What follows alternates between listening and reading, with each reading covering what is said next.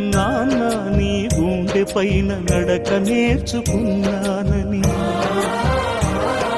నీ చూపుడు వేలితో లోకాన్నే చూశానని,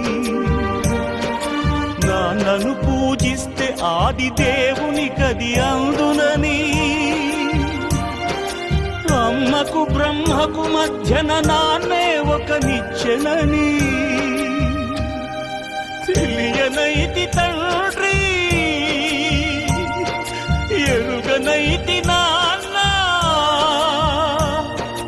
నాన్నంటే నడిచే దేవాలయమని మరచితిని, ఆత్మజ్యోతి చేతుల ఆర్తి వేసుకుంటిని. మరచిపోయి కూడా నన్ను మన్నించొద్దమ్మా, కలనైనా నన్ను